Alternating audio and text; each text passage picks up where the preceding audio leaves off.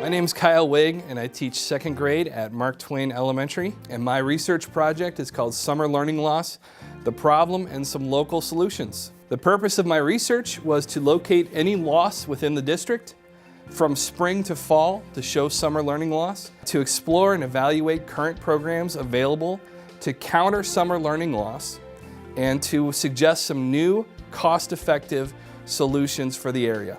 Summer learning loss is the loss of learning attainment. Math and reading usually show the biggest drop. Socioeconomics are a huge factor, with 2.6-month learning loss each summer for children in families with less than at least a middle income.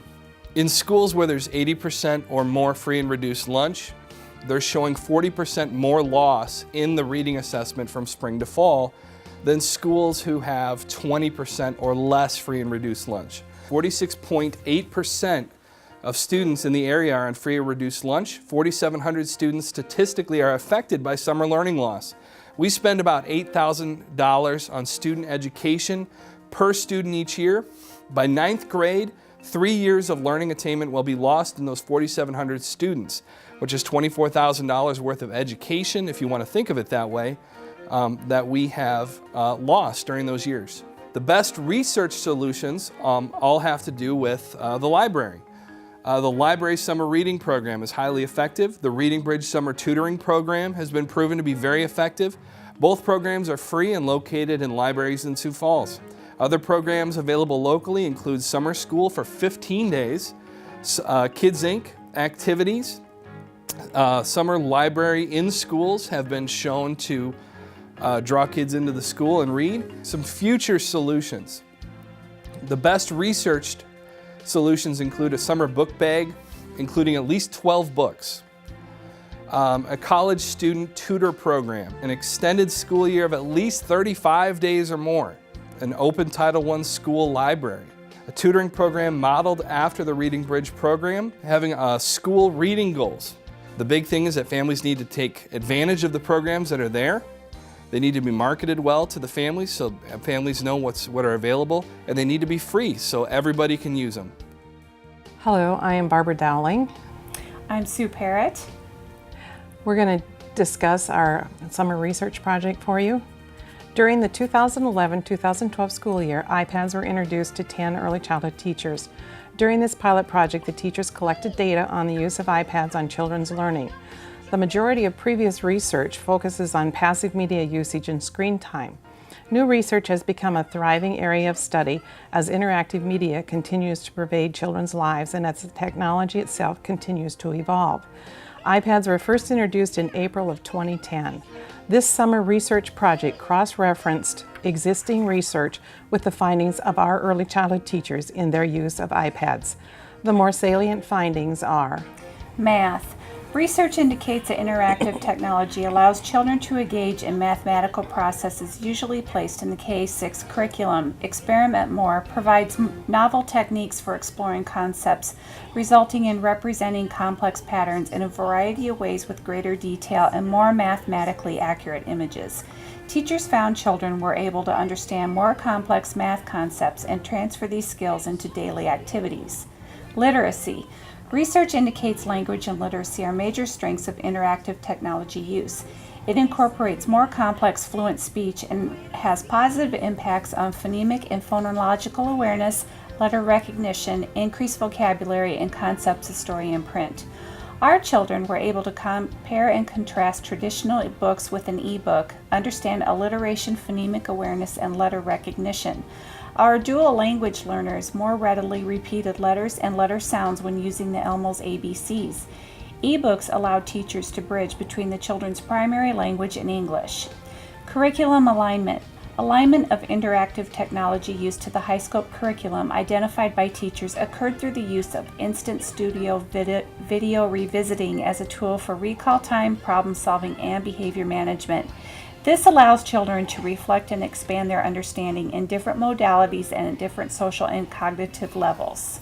In summary, Interactive technology needs to be viewed as a new way for children to create, experiment, explore, and develop their remarkable cognitive competencies. When used appropriately, it can support and extend learning in valuable ways to increase educational opportunities for our preschool children. Hi, I'm Holly Leonard, and I teach K-5 music at Jefferson Elementary. And one thing that I found I was hoping that the curriculum could incorporate more of was movement and folk dancing. So what I chose to do for my project is to look in our curriculum, find all of the dances, folk dancing particularly, and categorize them by grade. And I really wanted to make it very easy for teachers just to pull up a dance, look at it the night before class and say, yes, I can incorporate this and enhance the concept I'm teaching tomorrow. So I found everything, categorized it in an Excel document, and then I made a smart notebook page for each dance, again, to make it really easy for teachers to pull it up. And I plan to share this with all the elementary teachers when we meet in early August. I'm Jeannie Connor. I'm the high school librarian at Roosevelt. And I'm Mary Peters. I am the high school librarian at Lincoln High School. Our research project this summer, the title of it is Tech Tools to Enhance Classroom Learning. And what we've done is research possible web tools, 2.0 tools that teachers can use. Teachers really don't have time to explore a lot of those kinds of things on the internet, and so that's what we've done, and we've come up with a number of them. We've also chosen ones that we think will go well in the classroom and that teachers will be able to use. What we did after we examined all these tools is we put them in a Word document spreadsheet format, which you'll see in a little bit, and we labeled what they were, a description of each tool, and then gave teachers some lesson plans that they could use with the specific tools that we found in order that they would have these right at their fingertips instead of saying, oh, I got to find something with this lesson, them going out into the internet and searching and spending lots of time. Now it's just at their fingertips for them to use along with some lesson plans for their classroom. Hello, my name is Kelsey Buckles. I teach English and speech at Washington High School. And my summer research dealt with identifying the correlation between in-season versus out-of-season GPA. And for this, we primarily just focused on freshmen since it was their first year in, and that is the grade level that I primarily taught last year. So the different aspects that I looked at were the fine arts and the athletics given to me by IPC. And it included everything such as marching band, debate, theater, basketball, soccer, track, gymnastics, anything that the kids may be involved in throughout the year. A few things that I found were that overall the GPAs of the freshmen that were involved in activities were pretty high, and that is similar to what you had seen in previous research where students who are active in the school tend to have higher GPAs and have a higher involvement in the school. And so you'll notice that the overall GPA for Sioux Falls School District freshmen was a 3.165. But what I noticed with the GPA breakdown for the first quarter was that in season was about 0.1% higher than the out of season GPA. And then it switched when it got to second quarter where the out of season GPA was higher, so that means that their GPA during first, third, and fourth quarter was higher than their GPA during second quarter when they were involved in their activity. Third quarter matched with the second quarter where the out-of-season GPA was higher, and it was just slightly higher on this one. It was about 0.08% where it was. And then fourth quarter was the most difficult one to kind of figure out because half of the athletics and fine arts looked like they supported the in-season and half of them were out-of-season, so that one was a little closer. But overall, for the average, the out-of-season did have a higher GPA, so that means that the students who were active in the fourth quarter only or just in the fourth quarter, not in the first, second, third, the GPA was a 3.318 compared to a 3.269. So what this means and what I have found from this is that students who are involved in multiple activities tend to do better year-round, and that just means that they are staying constantly focused so they don't have abrupt changes in their schedules.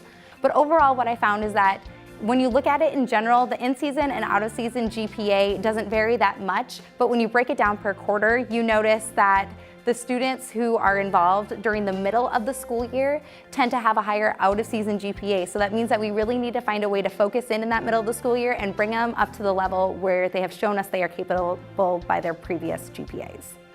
I'm Sarah Clausen. I teach ELL English at Lincoln High School. I'm Kristen Grenadier. I've been teaching ELL at Lincoln High School. Next year I'll be the ELL instructional coach. For our research project, we decided to align Rosetta Stone to our Keys to Learning curriculum that we use for Immersion Center.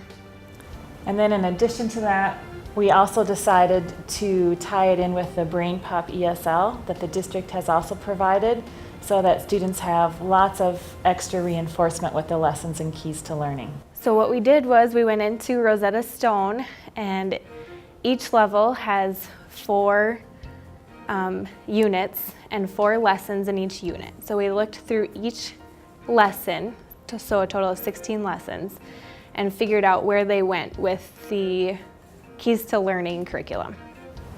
And so then what we compiled is we compiled a chart.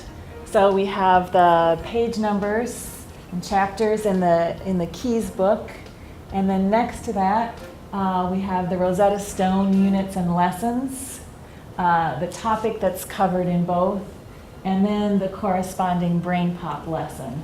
So for example, in the Keys book, pages 12 and 13 talk about months and dates and ordinal numbers. And so there are a couple of different lessons in Rosetta Stone. Level 1, Unit 3, Lesson 2. Level 2, Unit 1, Lesson 2. And then there's also a Brain Pop ESL lesson that corresponds with that. So students would get that information reinforced several times. And what research shows is that ESL students need multiple contacts with information in order to retain it. So this is the Rosetta Stone program that the district has provided. Students log in and can go to the specific lesson that they've covered in Keys that corresponds in Rosetta Stone. And then Brain Pop ESL is a specific program that also has all kinds of lessons and topics, and those then also correspond with the curriculum in the Keys to Learning program for the Immersion Center. The hope is that if students learn it in the classroom and then it's reinforced through Rosetta Stone and through Brain Prep ESL, they'll learn it quicker and retain it longer. My name is Jill Meeker. I'm the librarian at Hayward Elementary, and this summer I decided to do a research project that looks at the effect that our public summer reading program has on the academic achievement of our students. I will be taking the 2012-2013 DRA scores and waiting until the end of the summer, at which point the Siouxland Libraries is giving me the information as to which students completed the summer reading program. I'll take their scores again at the end of the first quarter and do a comparison to see how much that's helping our students retain their reading skills throughout the summer months. I am hoping with the findings that my data will bring in that we can show the teachers how valuable an asset the public library is as an active extension of the classroom, as well as providing the Sioux Falls Public Libraries with the data so that they can continue to apply for more funding and continue bringing rich and developmentally appropriate programs to our students. Hi, my name is Erin Radway, and my partner Jenny Schola and I teach 3rd grade at Lowell MST. Our summer research focused on analyzing and closing the gap in phonemic awareness for 3rd graders. The purpose of our research was to analyze phonetic struggles of our 3rd graders and develop a word study program to provide intervention for future students. Our goals were to create lists of the most important phonetic rules for 3rd grade and develop a systematic approach for spelling in 3rd grade. Our hope is to help students master phonetic reading and writing strategies. We started our research by determining where our 3rd grade students struggled with spelling. We found that the majority of our students were not on grade level with their phonemic awareness skills, according to the Words Their Way research. Many still struggled in the within-word patterns of spelling, when by the end of the school year they should be confident with these patterns and should begin working on syllables and affixes. After assessing the students in phonemic awareness, we realized that it is necessary to have instruction at the student's current level and implement the Words Their Way program as intended. To help facilitate this implementation, we have made several checklists to help record student learning along the way and to provide information to parents during report cards and conference times. Originally, we wanted to break our spelling instruction into 2-week chunks, unlike the current 1-week model. Since we have revised our theory on 2-week spelling tests because of the detailed systematic approach in order to fully move children in their development of phonemic awareness, we will continue to focus on a 1-week approach. Our research will continue throughout the next school year as we actually implement the Words Their Way program. We will pre-assess our 3rd graders in reading and writing so that end-of-the-year assessments can show the growth that students have made throughout the year. We will share our findings at a building staff meeting. Depending on the success of the program, it will provide valuable information to other grade levels on a successful systematic approach to spelling. The Words Their Way program is designed so that it could be used at all grade levels for differentiated spelling instruction. It may be the information that we need to share with teachers in our buildings to help us create a continuum for spelling instruction. In addition, because we are frequently visited by instructional coaches and classroom teachers, other teachers from the district will be able to see another option for spelling instruction.